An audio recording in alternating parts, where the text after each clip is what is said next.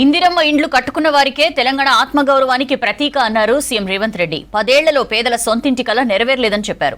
గతంలో కాంగ్రెస్ సర్కారే పేదలకు ఇందిరమ్మ ఇండ్లు ఇచ్చిందన్నారు. భద్రాద్రి కొత్తగూడెం జిల్లా చండ్రుగొండ మండలం బెండలపాడు గ్రామంలో ఇందిరమ్మ ఇండ్లను ప్రారంభించారు సీఎం రేవంత్ రెడ్డి.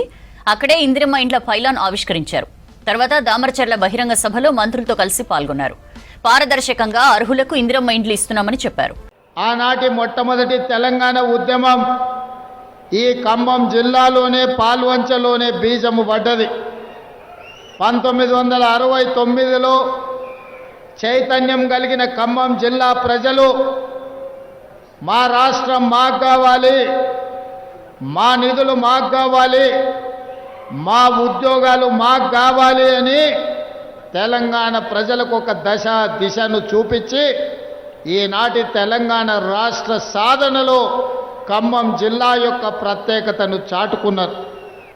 అదేవిధంగా మన కమ్యూనిస్టు మిత్రులు, మన ఎన్నికల భాగస్వాములు కూనంనేని సాంబశివరావు గారు కూడా ఈరోజు ఈ కార్యక్రమంలో పాల్గొని కాంగ్రెస్ కమ్యూనిస్టులు సహజ మిత్రులు ఎప్పుడైనా ప్రజలు కష్టాలలో ఉన్నప్పుడు మనమంతా కలిసికట్టుగా పని చేయాలి అని చెప్పి ఈనాడు కమ్యూనిస్టు సోదరులు కూడా మనకు అండగా నిలబడ్డారు.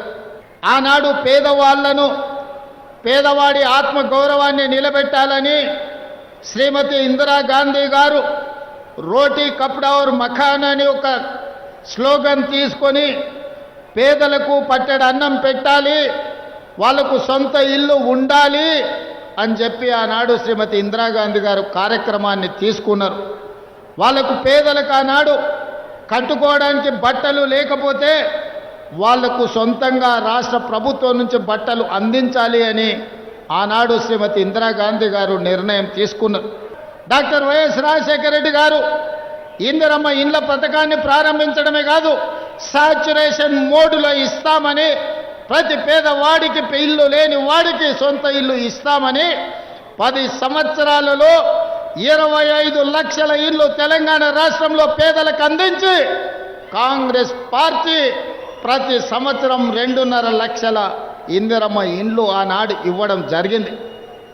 నేను ఇవాళ అడుగుతున్న మిత్రులారా, 2023లో జరిగిన ఎన్నికల సందర్భంగా ఆనాటి ముఖ్యమంత్రికి సవాలు విసిరిన, పదే విమర్శిస్తుంటే కాంగ్రెస్ పార్టీ ఏమీ చెయ్యదు అని మన మీద అబాండాలు వేస్తుంటే నేను ఒక సవాలు విసిరిన ఈ ఖమ్మం గడ్డ మీద నుంచి ఆనాడు, ఇందిరమ్మ ఇండ్లు ఉన్న గ్రామంలో మేము ఓట్లు అడుగుతాం, డబుల్ బెడ్రూమ్ ఇండ్లు ఉన్న గ్రామాలలో మీరు ఓట్లు అడగాలి. ఒకవేళ ఏ నియోజకవర్గంలో అయినా మీకు డిపాజిట్లు వస్తే తప్పకుండా చంద్రశేఖరరావు గారు మమ్మల్ని మన్నించమని, క్షమించమని నేను అడుగుతానని సవాలు విసిరిన. నేను ఇవాళ ఈ వేదిక మీద నుంచి ఒక మాట చెప్పదలుచుకున్నా.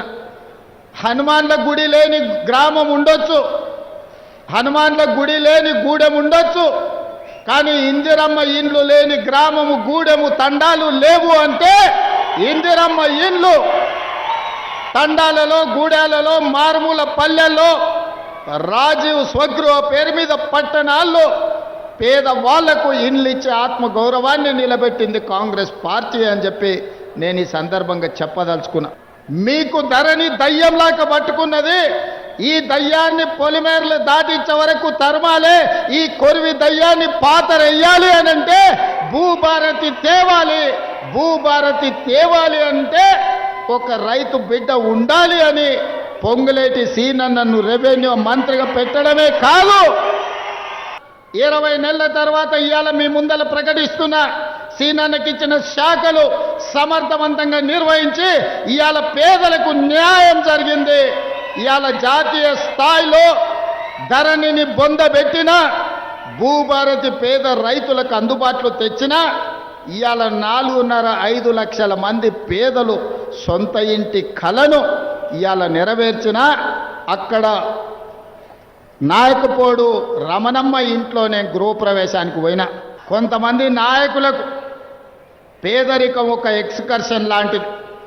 పేదరికం చూడాలంటే విమానాలలో వచ్చి, కార్లలో వచ్చి మన పేదరికం చూడాలి.